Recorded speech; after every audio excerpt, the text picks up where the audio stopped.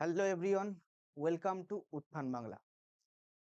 তো আমরা ক্লাস 11-এ তোমাদের আগে যে ক্লাসটা দিয়েছিলাম সেটা ছিল বেসিক ম্যাথের সম্পূর্ণ ত্রিকোণমিতি, এবং ওই ক্লাসটাতে আমি প্রমিস করেছিলাম নেক্সট ক্লাসটা আসবে বেসিক ম্যাথের সম্পূর্ণ ক্যালকুলাস। তো তোমরা জানো ক্যালকুলাস মানে এখানে থাকবে ডিফারেন্সিয়েশন অ্যান্ড ইন্টিগ্রেশন।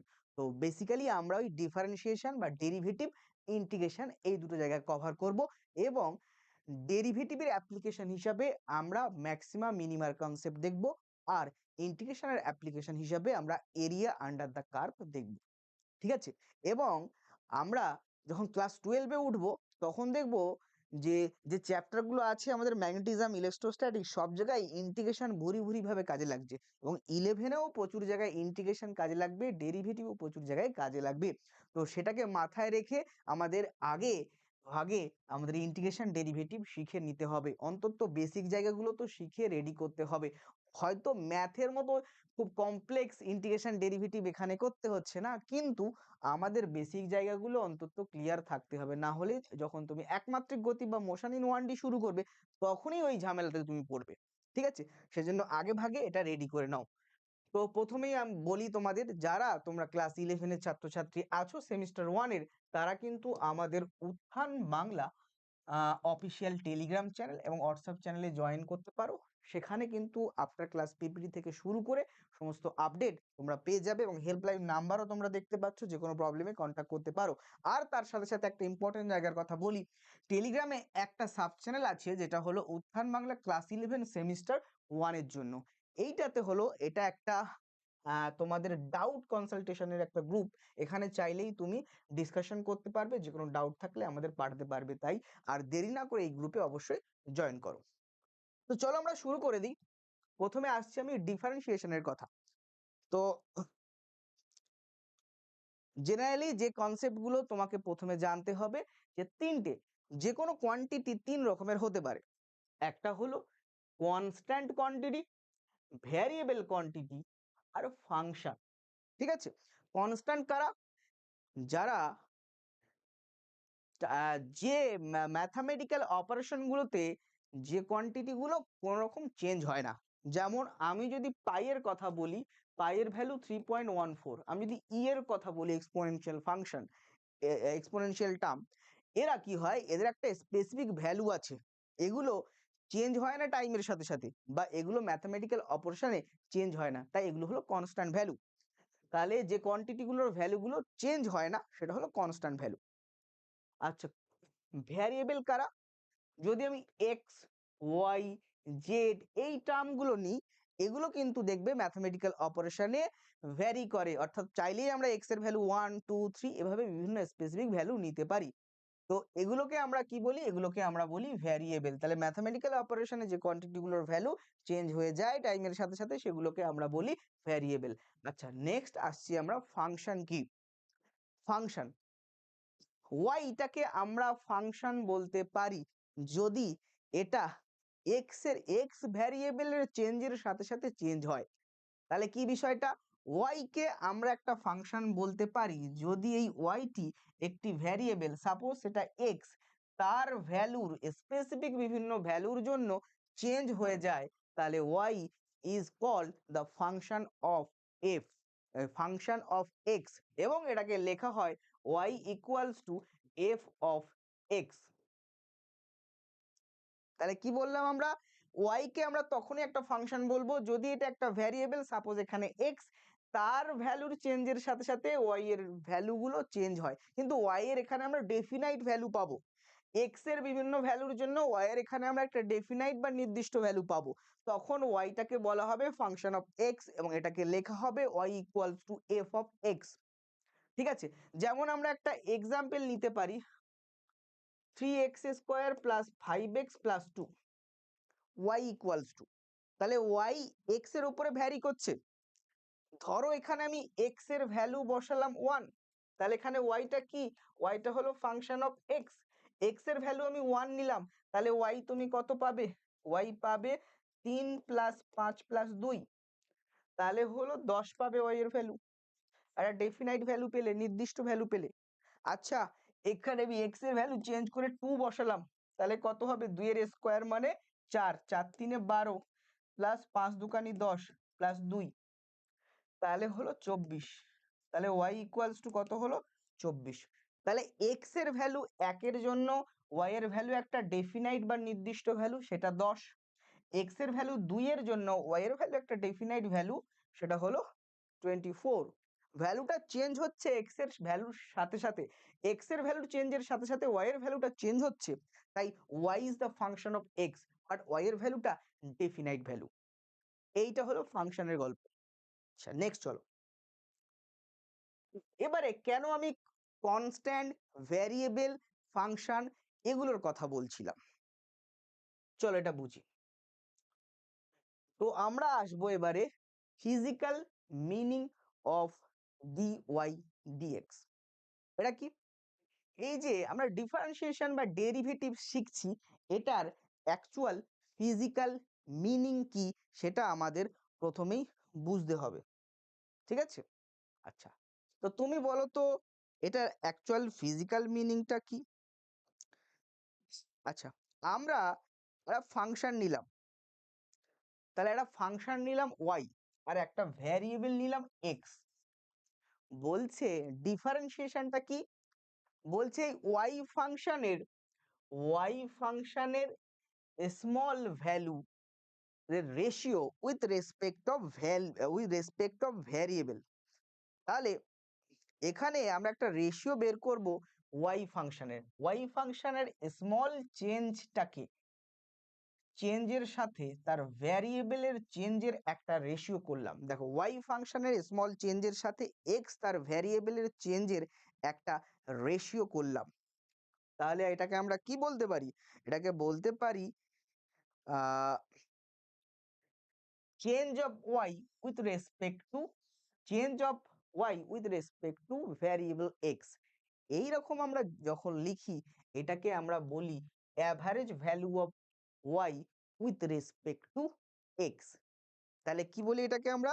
এটাকে আমরা বলি average rate of change of y with respect two x। Average rate of change of y with respect two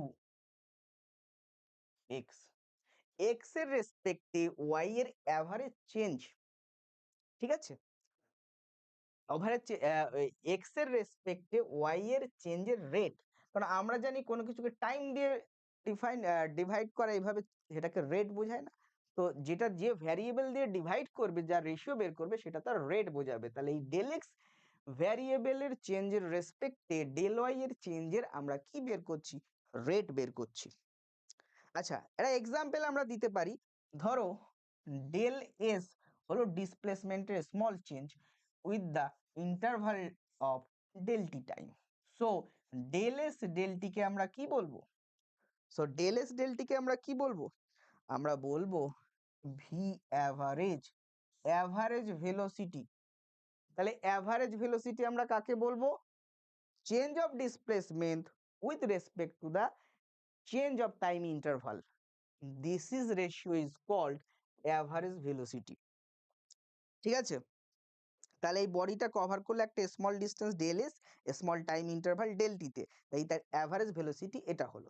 similar যদি small velocity difference del V হয় এবং সেটা ডেল টি টাইমে কভার করে, তাহলে এটা হয়ে যায় অ্যাক্সিলারেশনের অ্যাভারেজ। তাহলে এটা কি হয়ে যায়? এটা হয়ে যায় অ্যাক্সিলারেশনের অ্যাভারেজ। এইবারে আমরা আসবো আসল জায়গাতে। যদি এই ভি অ্যাভারেজের জায়গাতে আমরা এইভাবে লিখি, ধরো এই যে ডেল ভি ডেল টি রয়েছে না, হ্যাঁ, বা আমরা সাপোজ ধরি এইভাবে ধরলাম, এই যে আমরা ডেল ওয়াই ডেল এক্স রয়েছে না, এইখানে আমি লিমিটিং ভ্যালু নিলাম এবং ডেল এক্স কে টেন্স টু 0 করলাম, তখন এটা আরো স্মল হয়ে যায় ডি ওয়াই ডিএক্স। এটা লিমিট থেকে আমরা জানি, ঠিক আছে? তাহলে কি হয়? এই ডেল ওয়াই ডেল এক্স যেটা তোমার ছিল, এটার লিমিটিং ভ্যালু নিলে যখন ডেল এক্স টেন্স টু 0, তাহলে এটা চেঞ্জ হয়ে গেল কি? এটাকে বলা হয় instantaneous rate of change with respect to X. তাহলে এটা কি instantaneous rate of change of Y with respect to X. তাহলে এটা হলো অ্যাভারেজ রেট অফ চেঞ্জ, এটা হলো ইনস্ট্যান্টেনিয়াস রেট অফ চেঞ্জ। আমরা দেখবে একমাত্রিক গতি তোমরা যখনই পড়বে তখন তো এই ক্যালকুলাসের ডেরিভেটিভের কনসেপ্ট লাগবে। ওখানেই তুমি দেখবে ডেল ওয়াই ডেল এক্স এই রেশিওকে অ্যাভারেজ রেশিও বলা হয়। যেমন del V del T average acceleration, del S del T average velocity. কিন্তু যখনই ডিওয়াই ডিএস ডিটি থাকবে, যেমন এটাকে আমরা অ্যাজ এ এক্সাম্পল এভাবে লিখতে পারি, del S del T tends to zero, limiting value এটা হয়ে যায় ডিএস ডিটি। তো ডিএস ডিটি কে ভি ইনস্ট্যান্টেনিয়াস বলা হয়। তাহলে ইনস্ট্যান্টেনিয়াস ভেলোসিটি কি হয় D S D T. Similar D V D T কি হবে ইনস্ট্যান্টেনিয়াস অ্যাক্সিলারেশন। ঠিক আছে, তাহলে এগুলোকে কি বলে, এগুলো বলে ইনস্ট্যান্টেনিয়াস ভেলোসিটি, ইনস্ট্যান্টেনিয়াস অ্যাক্সিলারেশন। তাহলে দেখো আমরা ফাংশনের ভ্যারিয়েবলের রেসপেক্টে ইনস্ট্যান্টেনিয়াস রেট অফ চেঞ্জ বের করছি ফাংশনের উইথ রেসপেক্ট টু ভ্যারিয়েবল। তাহলে ভ্যারিয়েবলটার আমরা কি করছি, instantaneous rate of change with respect to variable, this is called differentiation. তাহলে ডিফারেন্সিয়েশনের ডেফিনেশন কি, ডিফারেন্সিয়েশন মানে হলো instantaneous rate of change of a function with respect to variable. ভ্যারিয়েবলের রেসপেক্টে ফাংশনের ইনস্ট্যান্টেনিয়াস রেট অফ চেঞ্জ, এটাকে বলে ডিফারেন্সিয়েশন বা ডেরিভেটিভ। মাথায় রাখবে কিন্তু। তাহলে কি আমরা বলতে পারি, differentiation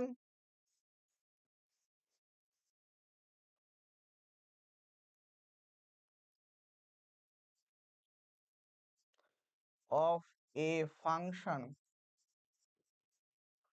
with respect two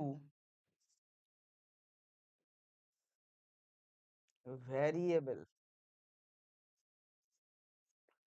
is the instantaneous rate of change of function with respect to variable। তাহলে ডিফারেন্সিয়েশন মানে কি বুঝতে পারলে, ডিফারেন্সিয়েশন অ্যাভারেজ মানে হলো ডেল এস ডেল টি। তাহলে দেখো ডেল এস ডেল টি মানে অ্যাভারেজ, আর ডি এস ডিটি মানে ডিফারেন্সিয়েশন। মাথায় থাকবে, এই দুটোর বিষয় বুঝে নাও। এবং একটা জিনিস মাথায় রাখবে, ডেল এস ডেল টি আমরা ফিজিক্সে স্মল ডিফারেন্স বোঝাতে ব্যবহার করি, আর ডিএস ডিটি আরো স্মল হয়ে যায়, মানে টাইমটা বা নিচের ভ্যারিয়েবলটা আরো টেন্স টু জিরো হয়, গিয়ে তার লিমিটিং ভ্যালু বের করা হয়, মানে এটা আরো স্মল হয়ে গেল। তো যাই হোক, চলো এগোনো যাক। তাহলে আমরা তোমার ডিফারেন্সিয়েশনের বেসিক জিনিস বুঝিয়ে দিলাম ডেফিনেশন সহ। এবারে আসছি আমরা ডিফারেন্সিয়েশনের থিওরেম, কোন কোন থিওরি গুলো আমাদেরকে অ্যাপ্লাই করতে হবে। যেমন দেখো, আমরা দেখি যদি এখানে কিছু কিছু নিয়ম তোমাদের মনে রাখতে হবে। মাইকটা চলছে তো? হ্যাঁ, হ্যাঁ, দেখো সি যদি কনস্ট্যান্ট হয়, সি যদি কনস্ট্যান্ট হয় তার ডেরিভেটিভ জিরো। যে কোনো কনস্ট্যান্টের ডেরিভেটিভ কিন্তু জিরো, এটা খুব ফান্ডামেন্টাল জিনিস। কনস্ট্যান্ট হলেই তার ডেরিভেটিভ জিরো হবেই। এখন y equals to C U, U একটা ভ্যারিয়েবল আর সি হলো কনস্ট্যান্ট, সেটা যদি থাকে তার ডিওয়াই ডিএক্স করলে সি কনস্ট্যান্ট বাইরে বেরোবে, দিয়ে ডি ইউ ডিএক্স হবে। তাহলে ভ্যারিয়েবলের ডেরিভেটিভ হবে আর সি কনস্ট্যান্ট বাইরে বেরিয়ে যাবে। তাহলে যে কোনো কনস্ট্যান্ট থাকলে সেটা বাইরে বেরিয়ে যাবে, এটা হলো নিয়ম।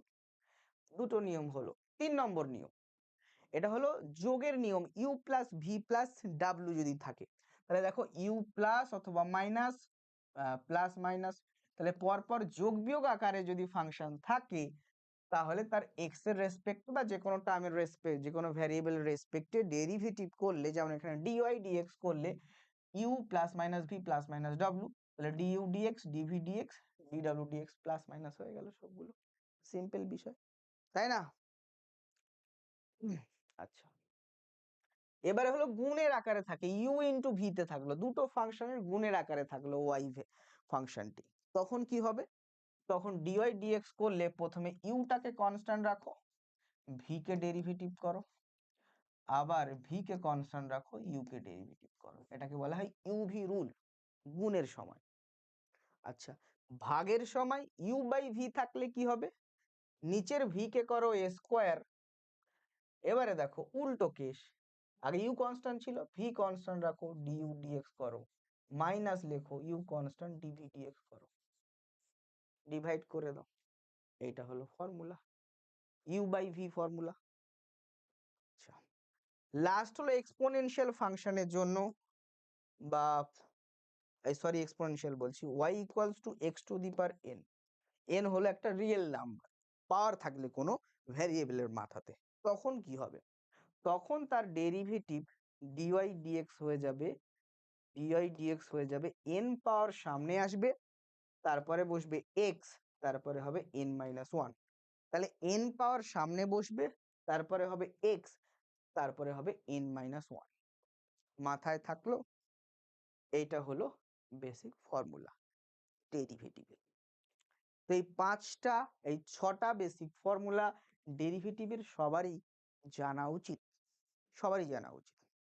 এরপরে আমরা যাব, যেটা যদি তুমি জানো ঠিকঠাক ভাবে, তাহলে এইগুলো তো করতে পারবে। ট্রাই করা যাক তুমি করতে পারছো কিনা। তো দেখো, যেমন তোমাকে রয়েছে বের করতে বলেছে 1 নম্বর y equals to root over X, তাহলে এটার মানেই হলো y equals to X to the power half, তাহলে ওই লাস্ট ফর্মুলাতে পড়লো। সো ডিওয়াই ডিএক্স আমাকে বের করতে বলেছে, ডিওয়াই ডিএক্স হবে হাফ পাওয়ার সামনে আসবে এক্স, এখান থেকে এক বিয়োগ যাবে, তাহলে হলো x to the power minus half, that means half, minus half মানে কি? হাফ মানে রুট, মাইনাস হাফ মানে নিচে রুট, এটা হলো অ্যান্সার। আচ্ছা, তো এটা যদি অ্যান্সার হয়, নেক্সট আমরা যাই 2 নম্বর y ইকুয়ালস টু আছে x to the power 5 x to the power 4 plus 7, তাহলে ডিওয়াই ডিএক্স কত হয়? 5 সামনে আসবে, 5 মাইনাস 1, 4 সামনে আসবে, 4 মাইনাস 1, আর 7 কনস্ট্যান্ট তো 0, তাহলে 5x two the power 4, 4x two the পাওয়ার 3, এটা হলো ডেরিভেটিভের ভ্যালু। আচ্ছা, এবারে তৃতীয়টাও নিজেরা পারবে করতে, তাহলে y ইকুয়ালস টু আছে x square 4x two the power minus half minus x to the power minus 2, তাহলে এটা হলো 2x, এটা হলো 4 ইন্টু মাইনাস হাফ মাইনাস 1 করলে কত হয়? মাইনাস 3/2, আর এখানে হলো 3 into minus 2 x to the power minus 3, তাহলে হলো কত? 2x minus 2x two the power minus 3/2 plus 6x two the power minus 3, এটা হলো অ্যান্সার। ঠিক আছে, আচ্ছা হলো, চলো নেক্সট যাই। এবার দেখো, এই বেসিক ফর্মুলাগুলো ছাড়া আরো কিছু ফর্মুলা হয়, তাহলে formula for differentiation, coefficient of trigonometric, logarithm আর এক্সপোনেনশিয়াল। ঠিক আছে, ট্রিগনোমেট্রিক ফাংশন গুলো দেখানো হবে, লগারিদম থাকলে কি হবে, আর এক্সপোনেনশিয়াল ফাংশন থাকলে কি হবে, মানে ই টু দি পাওয়ার থাকলে কি হবে, এই তিনটে জিনিসেরও আরো কিছু ফর্মুলা মাথায় রাখতে হবে। দেখো, যেমন ডিওয়াই ডিএক্স সাইন এক্স মানে তোমাকে জানতে হবে হয়ে যাবে কস এক্স, আর কো ফাংশনে চেঞ্জ হবে। যেমন জানতে হবে ডিআই ডিএক্স কস এক্স থাকলে হবে মাইনাস সাইন এক্স, ঠিক আছে, মাথায় রাখবে। তাহলে ডেরিভেটিভের নিয়ম হলো, ডেরিভেটিভের ডিআই ডিএক্স এ যারা সি দিয়ে শুরু হবে তারা সব মাইনাস হবে, এটা মনে রাখার একটা ট্রিক্স। যেমন দেখো, কট এক্স মানে হলো মাইনাস কোসেক স্কোয়ার এক্স, যেমন দেখো কোসেক এক্স মানে কি হলো minus cosec x cot x, তাহলে সি দিয়ে শুরু হলে পরেরটাতে সি হবে রেজাল্টে। ট্যান এক্স এর ফর্মুলা হবে সেক স্কোয়ার এক্স, সেই জন্য কট এক্স হলো মাইনাস কোসেক স্কোয়ার এক্স। আচ্ছা, তো সেক এক্স এর ফর্মুলা হবে সেক এক্স ট্যান এক্স, তাই কোসেক এক্স হয়েছে কোসেক এক্স কট এক্স। মনে থাকবে, ইজি ইজি মনে রাখার উপায়। সাইন এক্স হলে কস এক্স, কস এক্স হলে সাইন এক্স, ট্যান এক্স হলে sec square x, cot x হলে minus cosec square x, sec x হলে সেক এক্স ট্যান এক্স, আর কোসেক এক্স হলে minus cosec x cot x. আচ্ছা, এটা গেল ট্রিগনোমেট্রিক ফাংশন। লগারিদম থাকলে কি হবে? লগ ই বেসে এক্স যদি থাকে তাহলে তার ডেরিভেটিভে 1/x আসে, মাথায় থাকবে। আর কি, এবার এটা তো গেল লগারিদম। এবারে হলো exponential function. D D X of E to the power X যদি থাকে, E to the power X থাকলে তার derivative only E to the power X, যা ছিল তাই থাকে, বুঝেছো? মাথায় রাখবে। আচ্ছা, এরা যদি ই টু দি পাওয়ার এক্স থাকে তার ডেরিভেটিভ করতে হয়, তাহলে এ কনস্ট্যান্ট আগে চলে আসবে, আর ই টু দি পাওয়ার এক্স এর ডেরিভেটিভ হয় ই টু দি পাওয়ার এক্স, এটাই হবে গল্প। তাহলে এ কনস্ট্যান্ট আগে চলে আসবে, এ টু দি পাওয়ার এক্স এর যা ছিল তাই থাকবে। তো এই জিনিসগুলো একটুখানি মাথায় রাখতে হইবে। আচ্ছা, এই জিনিসগুলো মাথায় রাখতে হবে, এগুলো দিয়ে ডেরিভেটিভ করতে দিলে তোমরা ডাইরেক্ট ফর্মুলা ব্যবহার করে দিতে পারবে। এইবারে আমি যাই অ্যাপ্লিকেশন অফ ডেরিভেটিভে, যেখানে আমরা একটা দারুণ গুরুত্বপূর্ণ কনসেপ্ট পড়ব। তাহলে এবারে আমরা আসলাম অ্যাপ্লিকেশন অফ ডেরিভেটিভ, যেটাকে আমরা বলি এওডি, ঠিক আছে? কিন্তু এটা আমরা সব অ্যাপ্লিকেশন পড়ছি না, অ্যাপ্লিকেশন অফ ডেরিভেটিভের দিয়েও কিছু কঠিন কঠিন ফিজিক্সের নিউমেরিক্যাল করা যায়, সেগুলো আমরা আস্তে আস্তে শিখবো। এক্ষুনি ওই চাপ দিলে তোমরা নিতে পারবে না, তবে এখানে একটা গুরুত্বপূর্ণ কনসেপ্ট তোমাকে দিয়ে দেওয়া প্রয়োজন, যেটা হলো ম্যাক্সিমা আর মিনিমার কনসেপ্ট, এবং এটা নিউমেরিক্যাল করিও দেখিয়ে দিতে হবে।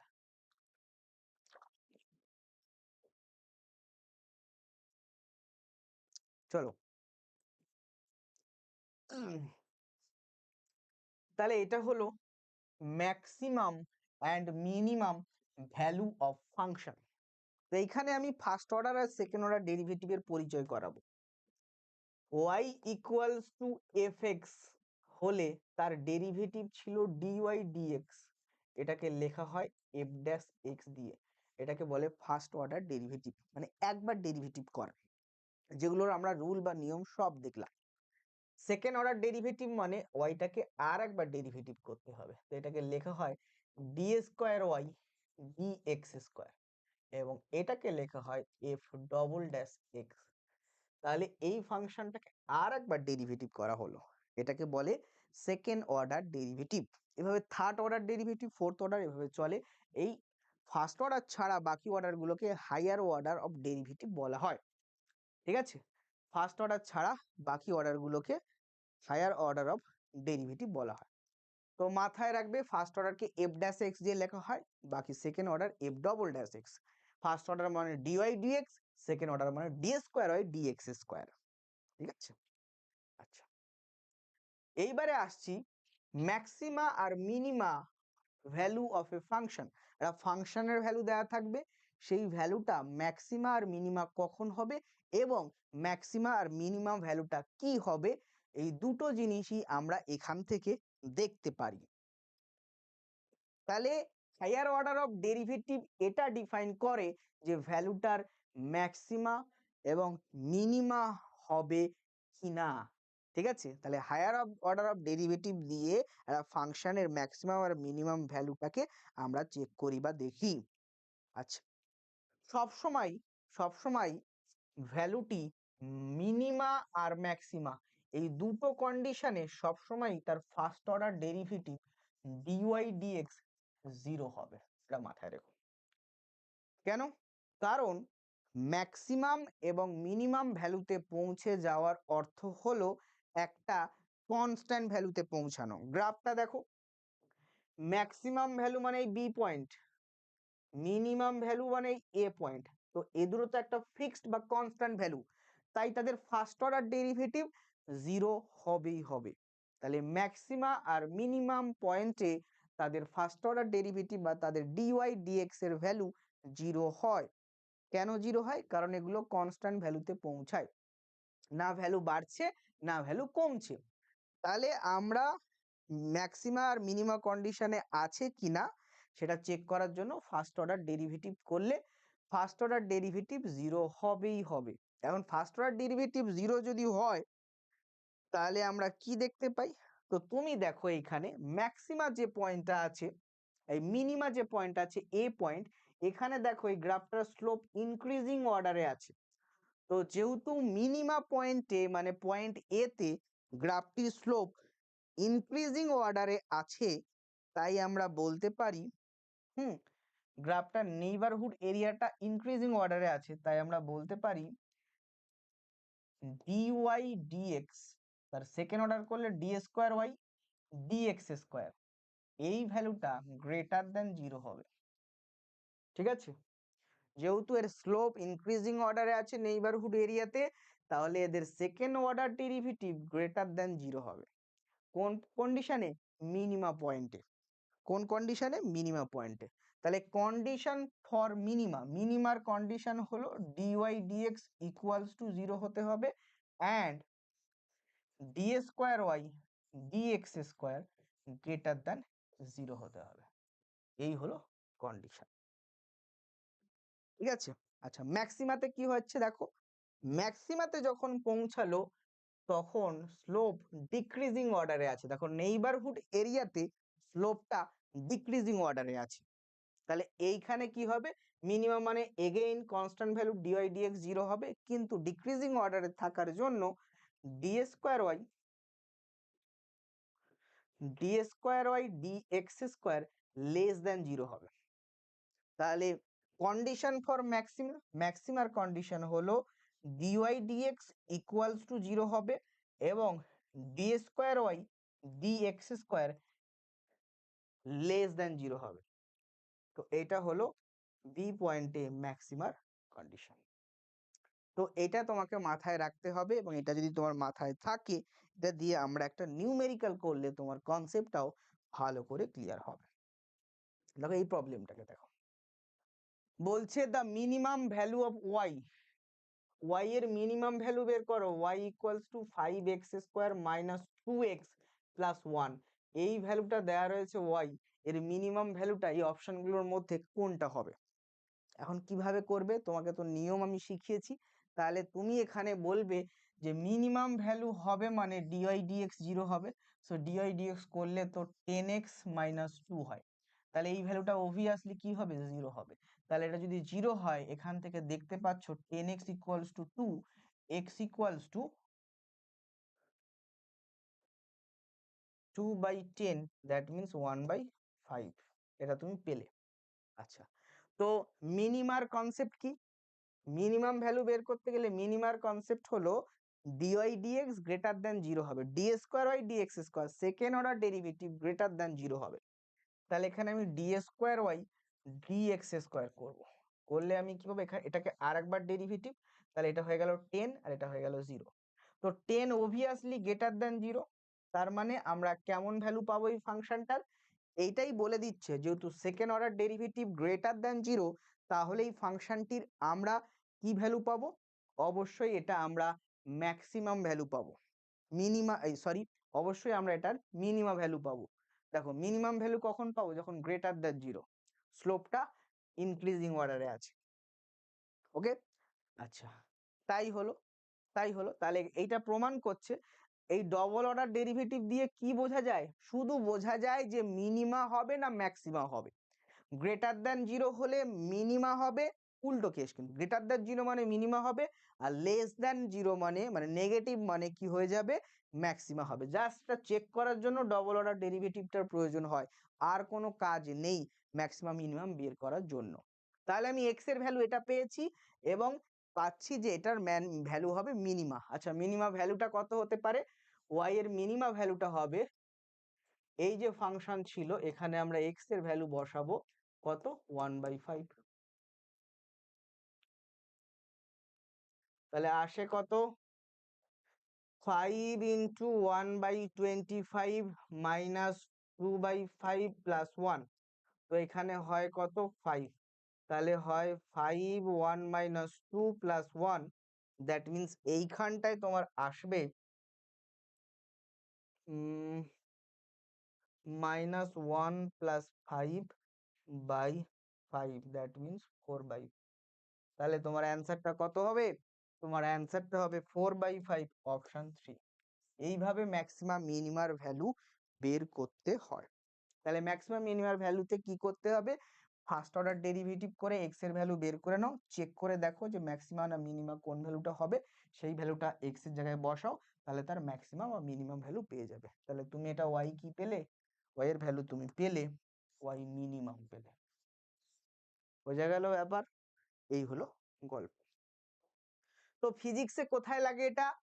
ফিজিক্সে আমাদের বললো যে কিউ বা চার্জের একটা ভ্যালু দিয়ে দিল, তো এখন বললো যে এই ভ্যালুটা তোমার মিনিমাম ভ্যালু কত হবে, বা দুটো চার্জ দিয়ে দিল, দুটো চার্জের মধ্যে ফোর্সের মান মিনিমাম কখন হবে, বা দুটো মাস রইলো, ক্লাস 11এই তোমরা পড়বে, দুটো ভর রইলো, সে দুটোর ভরের মধ্যে মহাকর্ষ বলের মান ম্যাক্সিমাম বা মিনিমাম কখন হবে। তো ম্যাক্সিমাম মিনিমাম কন্ডিশনে আমাদের ফার্স্ট অর্ডার ডেরিভেটিভ করে জিরো বসাতে হবে, বসিয়ে তার ভ্যালু বের করতে হবে। ঠিক আছে, এবারে সেটা ম্যাক্সিমাম না মিনিমাম হবে ডবল অর্ডার ডেরিভেটিভ দিয়ে দেখতে হয়, তো ফার্স্ট অর্ডার দিয়ে ম্যাক্সিমাম মিনিমাম দুটো হয়ে যায়।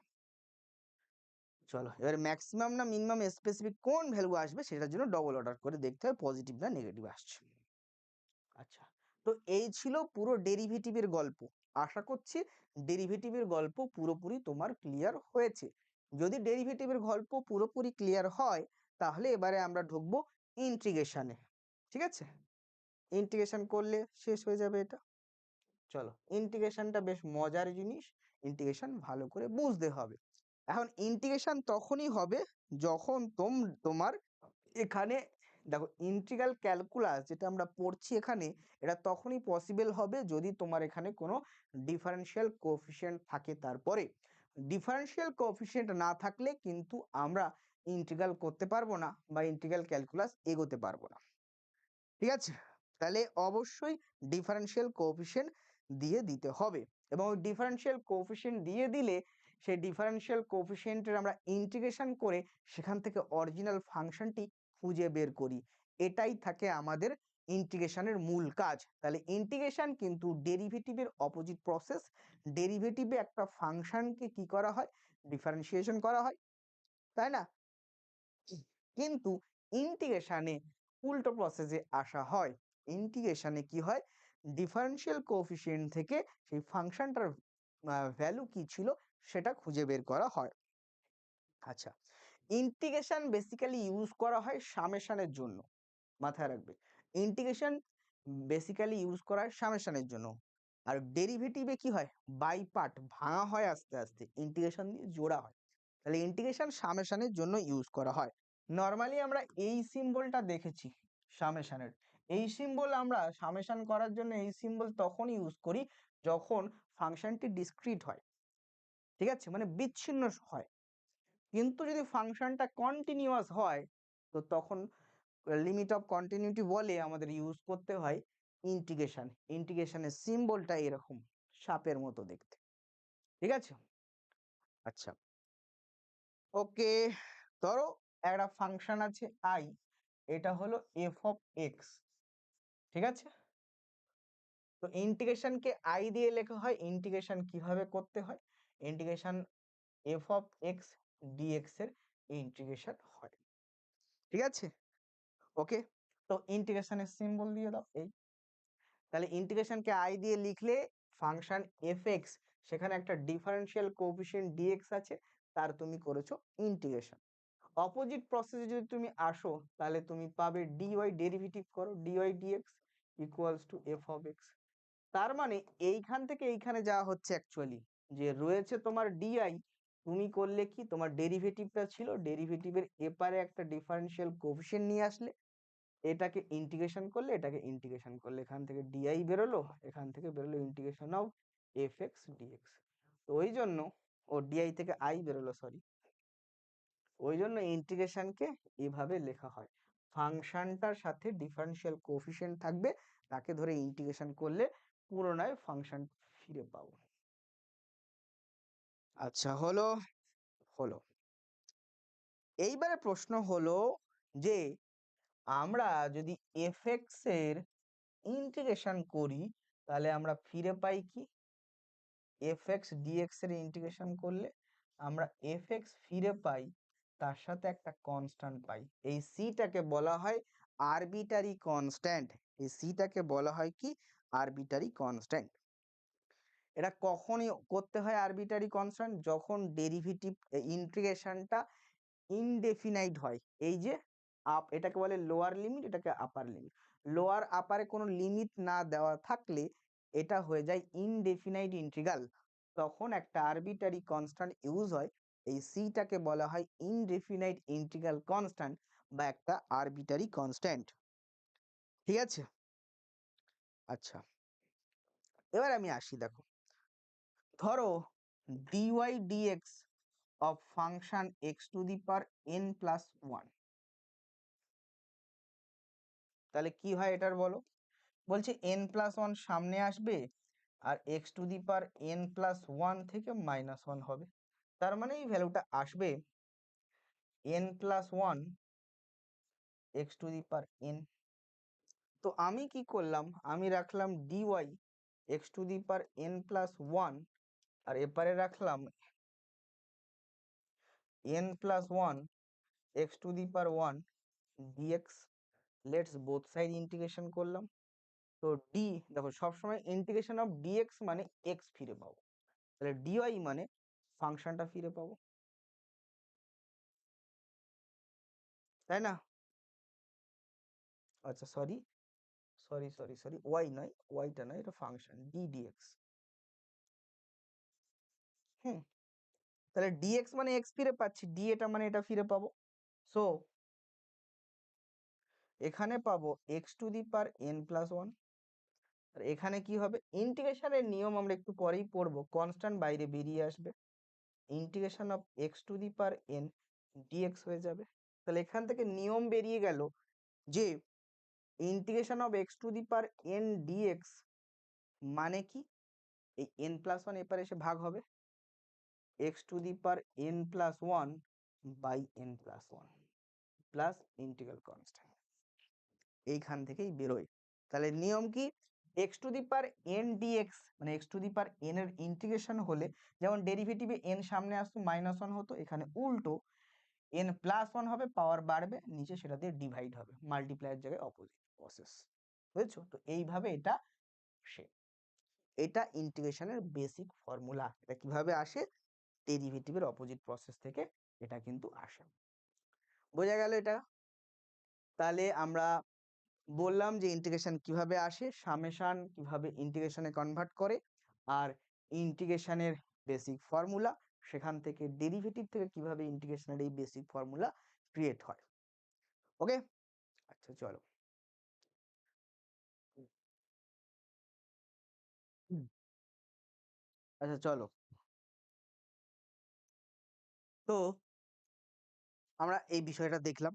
এবারে প্রশ্ন হলো যে এইখানটায় আমরা দেখছি X to the power N D X এর বেসিক ফর্মুলা ইন্টিগ্রেশনের এসছে। এখন তুমি বলো যদি এন এর মান আমি -1 বসাই তাহলে কি হবে? দেখো এইখানটা এই ফর্মুলাটা অ্যাপ্লিকেবল এন এর সব ভ্যালুর জন্য, কিন্তু একটি ভ্যালুর জন্য নয়। সেটা কত? Except N equals to -1। N equals to -1 দিলে এই ফর্মুলা অ্যাপ্লিকেবল হবে না। এটা কিন্তু খুব সতর্কতার সাথে মাথায় রাখতে হবে। ওকে, তো চলো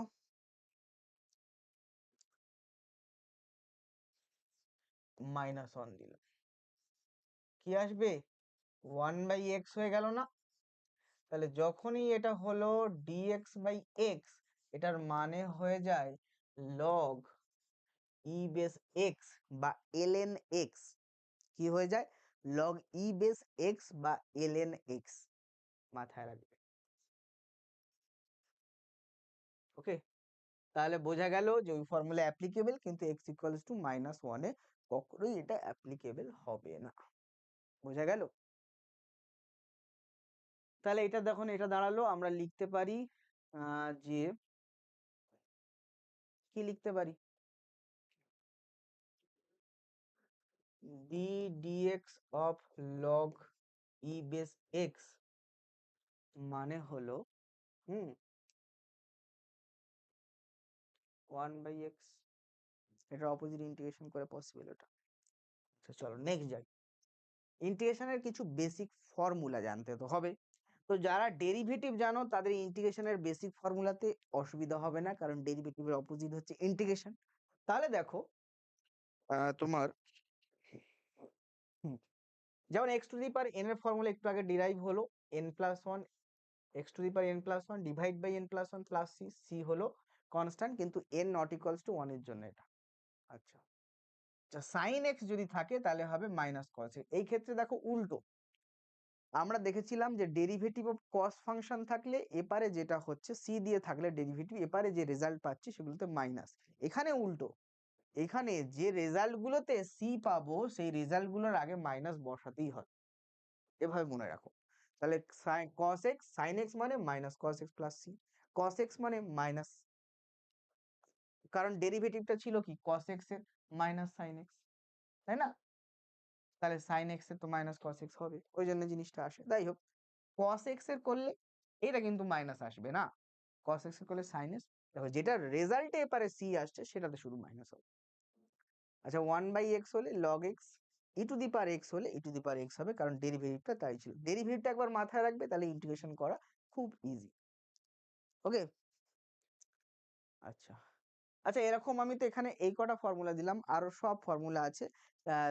তোমার যেটা sec স্কোয়ার এক্স হলে tan এক্স হবে, sec এক্স tan এক্স হলে তোমার sec এক্স হবে, এই বিষয়গুলো যতগুলো আছে ততগুলো, যে কটা ডেরিভেটিভের ফর্মুলা শিখেছো সবগুলো উল্টে দিয়ে ইন্টিগ্রেশনের ফর্মুলাতে অ্যাপ্লাই করতে পারবে। ঠিক আছে চলো, তাহলে এবার আমরা কিছু করে দেখি পাচ্ছি কিনা।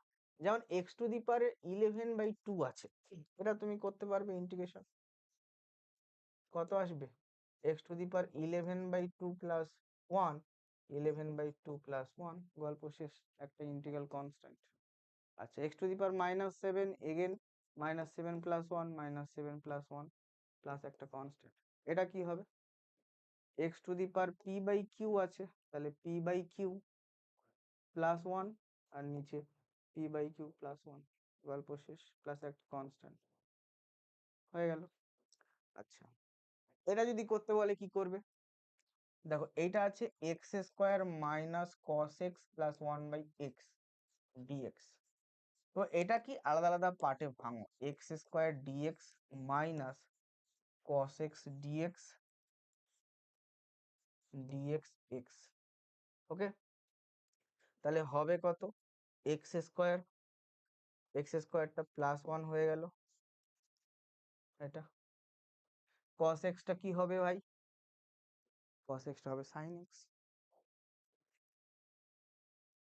Sign x. ঠিক আছে, আচ্ছা যদি সাইন 2x হতো ইন্টিগ্রেশন কি হতো, তখন হতো সাইন কস 2x। কস এর কস আসলে মাইনাস বাই নিচে 2, এটা মাথায় রাখি। ঠিক আছে, এক্স হলে 1 হতো।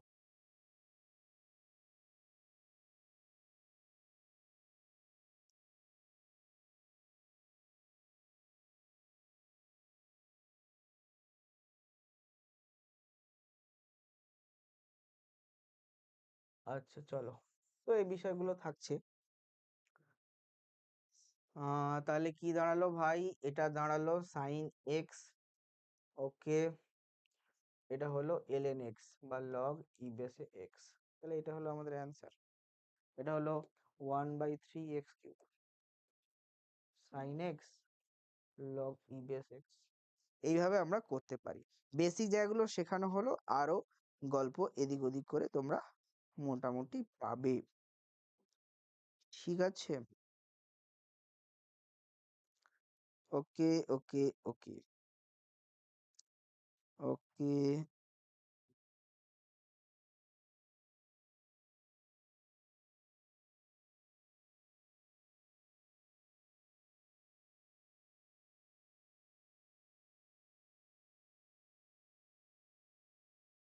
চলো, আচ্ছা ওই জিনিসটা তাহলে মনে রাখবে, সাইন 2x থাকলো, তাহলে হয়ে যাবে minus cos 2x/2 plus constant. হুম, ওটাতে গুণ হতো, ডেরিভেটিভ এখানে ভাগ হবে। বুঝেছো? এরকম আরো কিছু ফর্মুলা আছে, সেগুলো তোমরা রেডি করো। আর এইখানে আমি ডেফিনাইট ইন্টিগ্রালের কথা বলি, চলো। এগুলো সব ইনডেফিনাইট ইন্টিগ্রাল, তাই ইনডেফিনাইট ইন্টিগ্রাল কনস্ট্যান্ট ইউজ করতে হয়েছিল। ডেফিনাইট ইন্টিগ্রাল একটা ডেফিনাইট লিমিট, ধরো এ থেকে বি পর্যন্ত তোমাকে ইন্টিগ্রেশনটা করতে হয়। এই ডেফিনাইট লিমিটে এ লিমিটটাকে বলে লোয়ার লিমিট আর বিটাকে বলে আপার লিমিট। তাই integration of F x d x যদি লিমিট এ থেকে বি পর্যন্ত হয়, a is lower limit and b is upper limit. তাহলে এখানে আমার বেরোবে বেরোবে এফ এক্স, এবং এটার আপার লোয়ার লিমিট তোমার হবে এ থেকে বি। তো এটাকে এভাবে লিখতে হয়, এটা প্রথমে বি, তারপরে প্রথমে এ। তো এটাকে বলে ডেফিনাইট ইন্টিগ্রাল। যেমন তোমাকে দিল, ধরো তোমার 2 থেকে 3, এখানে আছে 3x² dx, তাহলে কি আসবে উত্তর? তাহলে আসবে 3x⁻³ এটা কেটে গেল। তাহলে এর আপার লোয়ার লিমিট বসবে 3 to 2, তাহলে 3 বসলে 3 এর কিউব মাইনাস 2 এর কিউব, তাহলে 27 মাইনাস 8, তাহলে হলো 19। ব্যাস এইভাবে করতে হবে। তো এই গেল তোমার ডেফিনাইট ইন্টিগ্রাল। বোঝা গেল বাবু? Definite integral.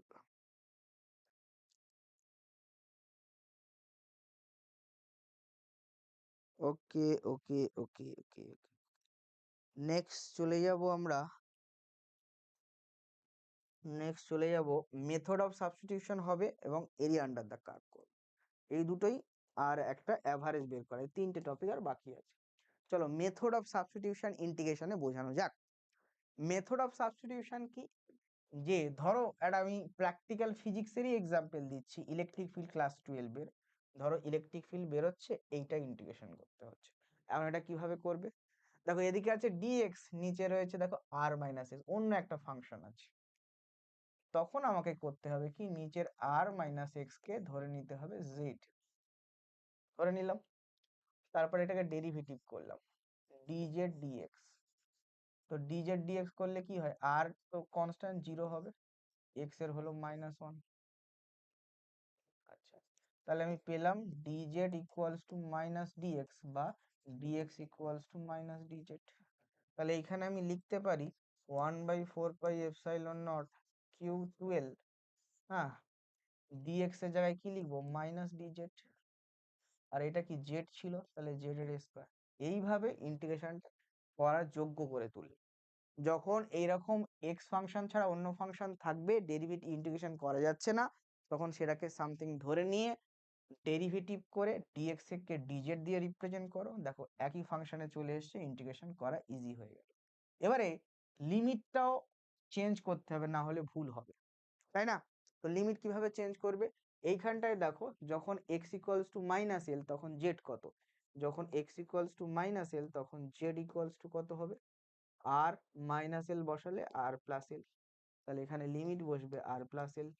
আচ্ছা, যখন x equals to plus L তখন জেড কত হবে, আর মাইনাস এল হবে, তাহলে এখানে বসবে আর মাইনাস এল। এই লিমিটটাও চেঞ্জ করতে হবে, না হলে তোমার অ্যান্সার ভুল হবে।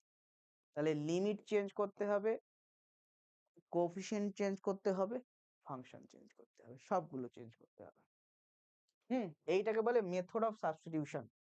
তাহলে একটা ফাংশনকে অন্য ফাংশন দিয়ে সাবস্টিটিউট করে ঠিকঠাক ফর্মে আনলাম ইন্টিগ্রেশনের, এটাকে বলে মেথড অফ সাবস্টিটিউশন। তাহলে দেখো এবার ইজিলি হয়ে যাবে, 1/4πε0 Q12, সবসময় মাথায় রাখবে 1/z² এই ইন্টিগ্রেশনটার ভ্যালু কত হবে, 1/z² মানে z⁻², তো +1 হয়ে গেল, তাহলে আসে কত, z⁻−1/−1, মানে -z⁻−1, তার মানে -1/z। তো এরকম dz/z² বা dx/x² হলে -1/z হচ্ছে বা -1/x হচ্ছে, তাহলে -1/z আর এই মাইনাস মিলে প্লাস হয়ে গেছে। ওকে, আপার লোয়ার লিমিট বসবে, আর মাইনাস এল থেকে আর প্লাস এল, তাহলে দাঁড়ায় কত এই টার্মটা 1/4πε0 Q/12, এখানে বসবে 1/r-l, তারপরে -1/r+l। তো এটা লসাগু করলে কত হয়? হয় r+l 1/4πε0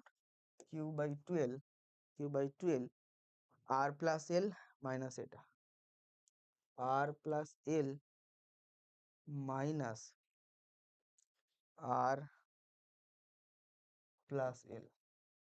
divide by r-l r+l, এটা রইল।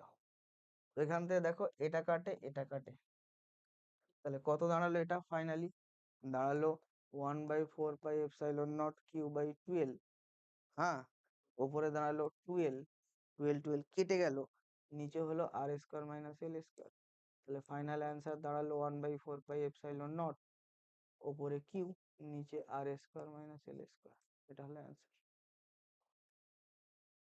বোঝা গেল? এইভাবে করতে হয়। তাহলে মেথড অফ সাবস্টিটিউশন এইভাবে ফিজিক্সে ডাইরেক্ট ইউজ হয়। আমি একটা এক্সাম্পল প্রপার দিয়ে দেখালাম ইন্টিগ্রেশন। আরো একটা এক্সাম্পল কারেন্ট ইলেকট্রিসিটির বড় এরকম ইন্টিগ্রেশন দেখাতে পারি, কিন্তু অত দেখানোর দরকার নেই, আস্তে আস্তে শেখো। আচ্ছা, এবারে আসি এরিয়া আন্ডার দ্য কার্ভ আর তোমার অ্যাভারেজ ভ্যালু বের করা, এই দুটো জিনিস বললে কিন্তু শেষ হয়ে যাবে। ওকে, 51 মিনিট মতো হয়েছে, তো দেখি কতক্ষণে শেষ করা যায়। আচ্ছা দেখো, তো এখানে দেখতে পাচ্ছ area under a curve and definite integration. তো এইখানটা একটা কার্ভ রয়েছে, এইটা একটা ধরো function y equals two fx, ওকে। এই ফাংশনে x ইকুয়ালস টু a থেকে x ইকুয়ালস টু b পর্যন্ত আপার লোয়ার লিমিট রেখা হয়েছে। এইটা হলো একটা জায়গা কেটেছি আমরা, এদিকে তো y আছে উপরের সাইডে, সেটা হলো dx, ওকে। dx-টা কত দূরে এখান থেকে? x ডিস্টেন্স দূরে কেটেছি, ওকে। তো যে dx কাটলাম, এদিকে আছে y, এদিকে আছে x, তাহলে আমরা y ইন্টু dx করলে এই এরিয়াটা পাবো। তাহলে y ইন্টু dx করলে কি পাবো? y মানে fx dx পাবো। আচ্ছা, সিমিলারলি আমরা যদি এইটা এইটুকু এরিয়াতে করলাম, এটা যদি এখান থেকে এই পর্যন্ত করতে চাই, তাহলে এই ইন্টিগ্রেশনটাকে এটাকে ইন্টিগ্রেট করতে হবে ফ্রম a থেকে b পর্যন্ত। a হলো লোয়ার লিমিট, b হলো, তো এটা করলে আমরা এই পুরো এরিয়াটা পেয়ে যাব, এরিয়া আন্ডার দ্য কার্ভ। তাহলে এটা কি হবে? এটাকে ইন্টিগ্রেশন না করে যদি আমি এই গ্রাফটার এরিয়া আন্ডার দ্য কার্ভ করি, তাহলেই হয়ে গেল। তো এরকম আমরা ফিজিক্সের থার্মোডায়নামিক্স বা অন্যান্য চ্যাপ্টার গুলো পড়ার সময় বারবার করব যে ইন্টিগ্রেশন গ্রাফের এরিয়া আন্ডার দ্য কার্ভের সাথে ইকুয়াল হবে ডেফিনাইট ইন্টিগ্রাল, তার আপার লোয়ার লিমিট দেওয়া থাকবে, এরিয়া আন্ডার দ্য কার্ভ তার ইন্টিগ্রেশনের ভ্যালু হবে। এই জিনিসটা বলার জন্য এটা দেখানো। নেক্সট চলো, এটা তোমাকে একটা দেখাই। যেমন দেখো, আর ডেফিনাইট ইন্টিগ্রাল দিল 1 থেকে 5 পর্যন্ত হবে x² dx, তাহলে এর ভ্যালু কোনটা হবে ভাই? খুব ইজি ব্যাপার, তাহলে x³/3 হয়ে গেল। তা আপার লোয়ার লিমিট বসাও, 5/1, 5 বসালে 5 এর কিউব করলে হয় 125, 125 সে 3, 1 এর কিউব করলে 1/3, তাহলে হলো 124 এর 3 অ্যান্সার। তাহলে এটা কোন অপশনে যাবে? অপশন বি তে যাবে। আচ্ছা, তারপরে চলো, এইবারে আমি একটা মেন জায়গাতে আসি, এটারও ফিজিক্সে খুব ইম্পর্টেন্স আছে, ঠিক আছে। কেন ইম্পর্টেন্স আছে? আমরা এসি কারেন্ট যখন শিখবো ক্লাস 12-এ, সেখানে তো ডাইরেক্ট ইউজ হবে, এছাড়াও আরো অন্যান্য গ্রাফের কোশ্চেন গুলো 1D 2D-তে আমরা এইগুলো ইউজ করতে পারবো। যেমন average value of A continuous function in an interval, একটা ইন্টারভালের অ্যাভারেজ ভ্যালু একটা কন্টিনিউয়াস ফাংশনের ইন্টিগ্রেশন থেকে বের করা যায়। তার জন্য এই ফর্মুলাটা তোমাকে মাথায় রাখতে হবে যে y ইকুয়ালস টু fx একটা ফাংশন যদি হয় যেটা x এর বাউন্ডারি লিমিট এ থেকে শুরু হচ্ছে বি পর্যন্ত, এর থেকে বড় আর বি এর থেকে ছোট, বা এ এর ইকুয়ালস টু বি এর ইকুয়ালস টু, এর মধ্যে থাকলো। এর থেকে বড় বা এ ইকুয়ালস টু বি থেকে ছোট বা বি ইকুয়ালস টু, এই রেঞ্জের মধ্যে থাকলো। তাহলে ওয়াই এই ফাংশনটার অ্যাভারেজ ভ্যালু কি হবে?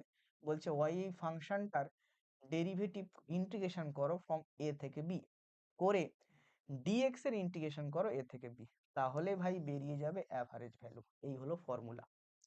আচ্ছা, এটা খুব মাথায় রাখতে হবে। কারণ এসি কারেন্টে আমরা যখন সাইন স্কোয়ার এক্স এর অ্যাভারেজ ভ্যালু বের করব, তো এইভাবে ইন্টিগ্রেশন করে দেখাতে হবে অ্যাভারেজ ভ্যালুটা হাফ আসছে, বা সাইন 2 থিটার অ্যাভারেজ ভ্যালু যখন বের করব দেখাতে হবে এটা 0 আসছে। এগুলো আমরা এই প্রসেসে দেখাতে পারি, এসি কারেন্ট ক্লাস 12 এ পড়বে। যাক, এইখানে আমরা অন্য প্রবলেম দিয়ে দেখাই জিনিসটা। তো এবারে দেখো উপরে ওয়াই ডিএক্স এর এ থেকে বি পর্যন্ত ইন্টিগ্রেশন, ঠিক আছে? আচ্ছা,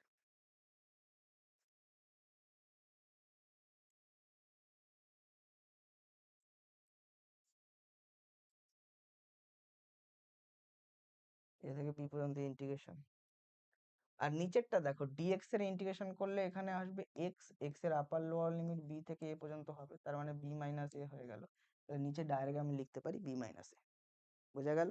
এইভাবে আমরা যে কোনো ফাংশনের অ্যাভারেজ ভ্যালু বের করতে পারি একটা স্পেসিফিক টাইম ইন্টারভাল এ থেকে বি পর্যন্ত। আচ্ছা, এটার উপরে অঙ্ক কেমন আসে দেখা যাক।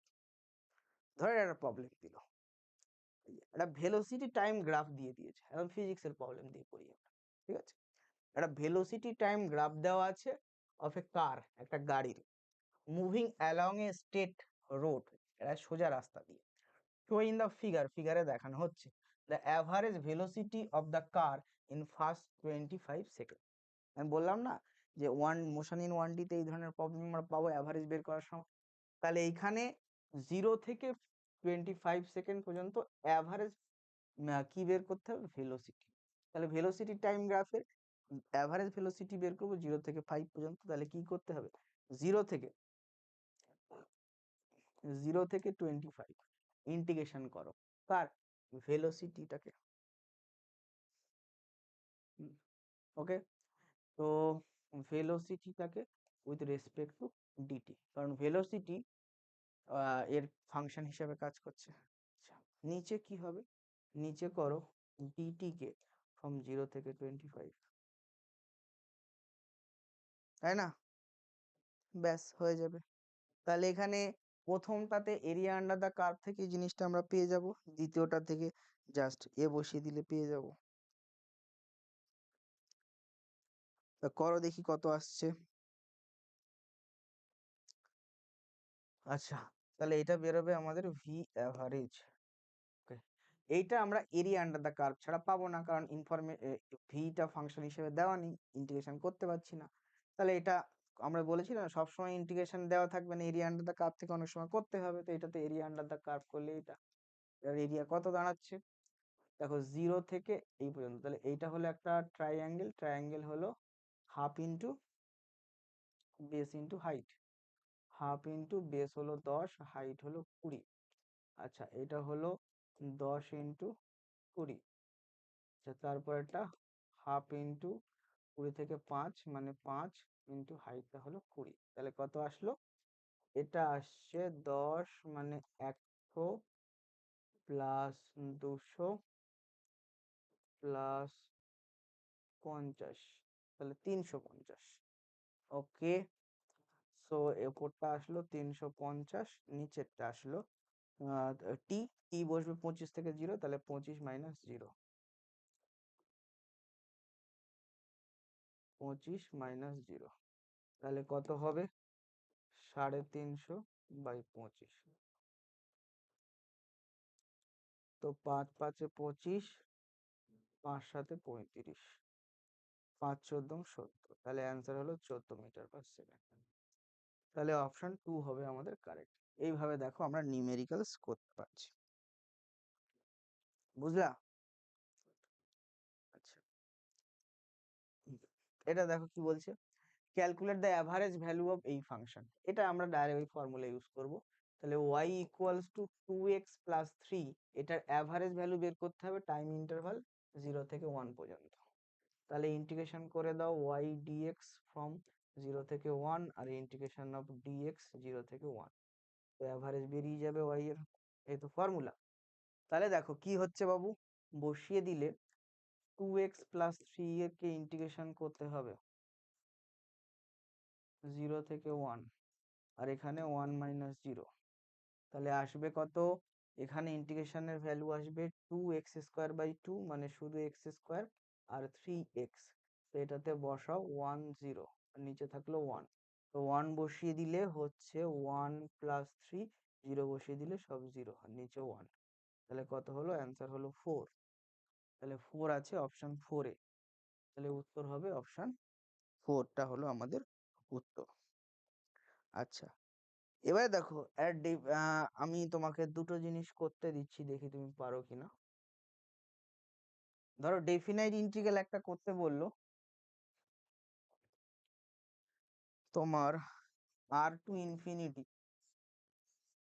ফাংশন আছে G M M X square dx, gravitation থেকে দিলাম, তাহলে কি করবে তুমি, G M M as a constant বাইরে বেরিয়ে যাবে, আর to infinity dx dx by X square, তাহলে কি আসবে, আসবে জি এম এম, এখানে তুমি দেখতে পাচ্ছ 1/x স্কোয়ার, মানে এটা আসছে, তাহলে ইনফিনিটি থেকে আর বসবে, so G M M infinity বসলে -1/0, মাইনাসে মাইনাসে প্লাস 1/r, তাই না, তাহলে দাঁড়ালো কি, দাঁড়ালো জি এম এম আর, এটা হলো অ্যান্সার।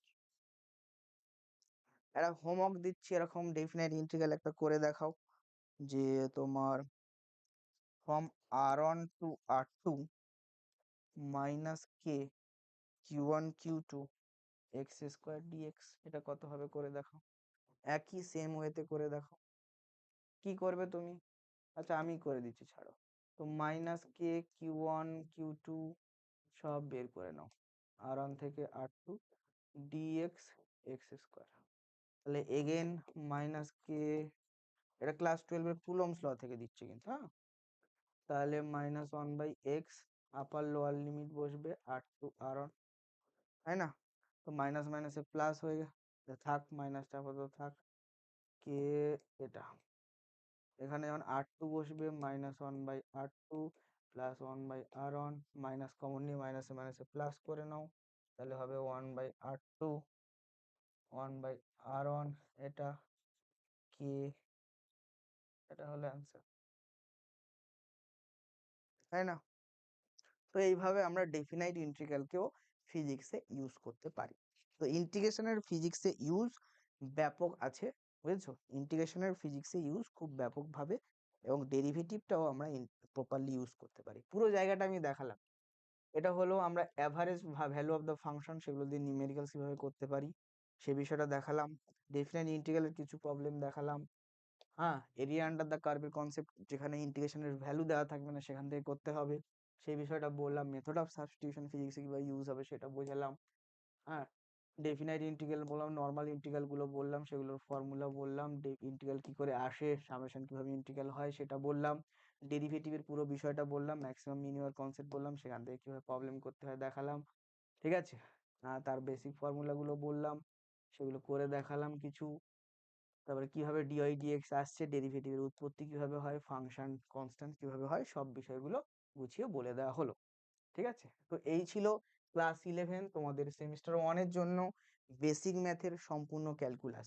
তাহলে আমি তোমাদের বেসিক ম্যাথের উপরে দুটো ক্লাস দিলাম, একটা হলো সম্পূর্ণ ত্রিকোণমিতি এবং সম্পূর্ণ ক্যালকুলাস, আর একটি ক্লাস আমি দেব, সেটা হলো তোমাদের ভেক্টর অ্যালজেব্রা বা ভেক্টর বীজগণিত। এই ভেক্টর অ্যালজেব্রা বা ভেক্টর বীজগণিত তোমাদের ডাইরেক্ট সেমিস্টার 1 এ পড়তে হবে। সেমিস্টার 1 এর প্রথম চ্যাপ্টার কি, প্রথম চ্যাপ্টার হলো পরিমাপ এবং ভৌত রাশির মাত্রা, দ্বিতীয় চ্যাপ্টার হলো একমাত্রিক গতি, তৃতীয় চ্যাপ্টারটার নাম কি, ভেক্টর, তাহলে সেটাই আমরা নেক্সট ডেতে পড়বো। নেক্সট ডেতে মানে নেক্সট যে ক্লাসটা আসবে সেই ক্লাসে আমাদের বেসিক ম্যাথের পার্ট 3, সেটাতে আমরা পড়বো সম্পূর্ণ ভেক্টর অ্যালজেব্রা বা ভেক্টর বীজগণিত। ঠিক আছে? ভেক্টর বীজগণিতটা আমরা এমন ভাবে পড়বো যাতে আমরা ক্লাস 11 এর ফিজিক্সটাও কভার করতে পারি এবং ক্লাস 12 এর কিছু ম্যাথের পোর্শনও কভার করতে পারি, এবং সেটা একটা বড় এবং ডিটেলস ক্লাস আসবে। ঠিক আছে? অবশ্যই সেটার জন্য তোমরা ওয়েট করবে। হ্যাঁ, এবং গ্রাফের উপরে আমি একটা ক্লাস দিয়ে দিয়েছি। তো এই যে জিনিসটা যেভাবে ক্লাস দেওয়া হচ্ছে, দেখো বেসিক ম্যাথের ভিত মজবুত করা হচ্ছে, গ্রাফের ক্লাস প্রথমেই আমি দিয়ে দিয়েছি। তাহলে প্রথমে গ্রাফের ক্লাস দিয়ে দিয়েছি, তারপরে বেসিক ম্যাথের ভিত মজবুত করা হচ্ছে, তারপরে ভেক্টরটাকে মজবুত করা হচ্ছে। এবারে তুমি ফিজিক্সের নামো, এবারে ফিজিক্সের নামো, কি অবস্থা হবে তুমি নিজেই দেখতে পাবে। এগুলো হয়ে যাওয়ার পরে ফিজিক্সে নামবো কিভাবে? প্রথমে আমি ইউনিটস ডাইমেনশন সবাই যেভাবে পড়িয়েছে সেটা না পড়িয়ে আমি ইউনিটস ডাইমেনশনে ইউনিটস বের করা তোমরা জানো, ডাইমেনশন দু চারটে নতুন বলে দেবো, বলে দিয়ে dimension analysis, error correction, significant figure, just এই তিনটে পড়িয়ে দেবো। এই তিনটে থেকেই কোশ্চেন আসে। ওকে, ওটা হয়ে যাওয়ার পরে আমরা শুরু করব কাইনেমেটিক্স 1D 2D, তাই না? কাইনেমেটিক্স 1D 2D শুরু করব, তার মানে একমাত্রিক গতি আর প্রজেক্টাইল মোশন থেকে রিভার বোর্ড ড্রেনমেন্ট প্রবলেম পর্যন্ত। ওকে, তাহলে দেখো এই পুরো পোর্শনটুকু কভার হয়ে গেল। এইভাবে ফিজিক্স পড়লে অগ্রগতি খুব বেশি হবে, বুঝলে? তাহলে দেখো পুরো আমাদের ভেক্টর পর্যন্ত তোমাদের বই অনুযায়ী পুরো রেডি হয়ে গেল। রেডি হয়ে যাওয়ার পরে তারপরে কি শুরু করতে হয়? তারপরেই শুরু করতে হয় lodge of motion. Lodge of motion যাব, তার সাথে সাথে তারপরে ফ্রিকশনে যাব, ঘর্ষণে যাব, তারপরে সার্কুলার মোশন যাব। ব্যাস, এই পোর্শনটুকু কভার হয়ে গেল। তারপরে যাব ওয়ার্ক এনার্জি পাওয়ার আর কলিশন, হয়ে গেল। তারপরে কি পড়বো? তারপরে পড়বো centre of mass, rotational dynamics. ব্যাস, এবারে সিলেবাস কমপ্লিট। তারপরে সেমিস্টার 2 তে আমরা যাব গ্র্যাভিটেশন দিয়ে, গ্র্যাভিটেশন পরে পরে ইলাস্টিসিটি ফ্লুইড পড়ে নেবো। ইলাস্টিসিটি ফ্লুইড পড়ে নিলে থার্মাল ফিজিক্সটা পরে রাখবো, রেখে আপাতত শুরু করে দেবো থার্মোডায়নামিক্স। তারপরে শুরু করে দেবো তোমার কেটিজি। তারপরে এসএইচএম ওয়েভ পড়ে নিয়ে থার্মাল ফিজিক্স পড়ে শেষ করবো। এইভাবে ফিজিক্সটা এগিয়ে যাওয়া উচিত। ঠিক আছে? তারপরে তো ক্লাস 12 আছে, ক্লাস 12 যেভাবে হওয়ার সেভাবে হবে। ওকে, তো এই যে ক্লাসগুলোতে এগুলো তো আসবে, তার সাথে সাথে আমরা ক্লাসও শুরু করে দেবো খুব তাড়াতাড়ি। ক্লাসে এগুলো তো ক্লাস হচ্ছে অ্যাকচুয়ালি, প্রপার তোমাদের ক্লাসে যেভাবে বললাম সেভাবে শুরু করে দেবো। এর সাথে সাথে যে অ্যাডভান্স লেভেলের প্রবলেমগুলো, অ্যাডভান্স লেভেলের টপিকগুলো তোমাদের আছে, সেই টপিকগুলোর ওপরে আমরা প্রপার ভিডিও দেবো, যেমন সিউডো ফোর্স, পুলি প্রবলেম, হুম, বা তোমার প্রজেক্টাইল মোশন। এই অ্যাডভান্স লেভেলের প্রবলেম, অ্যাডভান্স লেভেলের যেগুলো টপিক আছে সেগুলোর উপরে আমরা ভালো অ্যাডভান্স লেভেলের ক্লাস দেব। এবং চ্যাপ্টার গুলো শেষ হলে 15 মিনিটের রিক্যাপচার ভিডিও দেবে, যে 15 মিনিটে পুরো চ্যাপ্টারটা কিভাবে রেডি করে যাবে, রিক্যাপচার দেবে। এরকম ভিডিও দেবো, কুইক রিভিশন। আর তার সাথে সাথে মক টেস্ট গুলো রেগুলারলি আমাদের হবে। তোমরা কিন্তু অধ্যায় ভিত্তিক মক টেস্ট গুলো এখানে পাবে, মক টেস্ট গুলো ফ্রিতেই পাবে। মক টেস্ট গুলো তোমরা অবশ্যই মক টেস্ট গুলো অ্যাটেন্ড করবে। ঠিক আছে? এইভাবে মোটামুটি তোমাদের শুরু থেকেই সাথে থাকা হচ্ছে, হুম, যাতে করে তোমাদের ভিতটা মজবুত হয়। এবং এখন সেমিস্টার সিস্টেমে যেভাবে নিট যেই ঘেঁষা কোশ্চেন হবে সেগুলোতেও তোমাদের মজবুত ভিত তৈরি হবে এবং সেগুলো অ্যাটেন্ডও ঠিকঠাক ভাবে করতে পারবে। ঠিক আছে? সেটা মাথায় রেখেই ক্লাসগুলো নেওয়া হচ্ছে। ওকে, এবং শুরু থেকেই যারা জেই নিটের জন্য প্রিপারেশন নিতে চাইছো, তাহলে আমরা আমাদের চ্যানেলেই জেই নিটের ক্লাসগুলো পরপর আছে, সেগুলো তোমরা দেখবে। হ্যাঁ, আসছে, সরি এখনো পুরো আসেনি, আসছে। কিছু কিছু ক্লাস চলে এসেছে, কিছু কিছু ক্লাস আসবে। এইভাবে এই জায়গাগুলো কভার হবে। যারা এখন থেকেই অ্যাডভান্স পড়ে নিতে চাইছো তারা কিন্তু পড়তে পারো। ওকে, চলো তাহলে আজকের মতো এই ভিডিওটা, তাহলে নেক্সট ভিডিওতে আসছি আমরা ভেক্টর বীজগণিত। তো আজকের জন্য টাটা। আচ্ছা, নেক্সট একটা কথা বলে দিই, লাস্ট যেটা আছে, এটা তোমাদের মনে রাখবে, তোমার উত্থান কিন্তু আসন্ন, এবং তোমার উত্থানে তোমার সঙ্গ, তোমার সরি তোমার স্বপ্ন কিন্তু আমাদের অঙ্গীকার। তাহলে তোমার স্বপ্ন আমাদের অঙ্গীকার, এবং তোমার উত্থান আসন্ন। নিজের উত্থানকে সুনিশ্চিত করো এবং নিজের লড়াই লড়ে যাও। চলো, অল দ্য বেস্ট।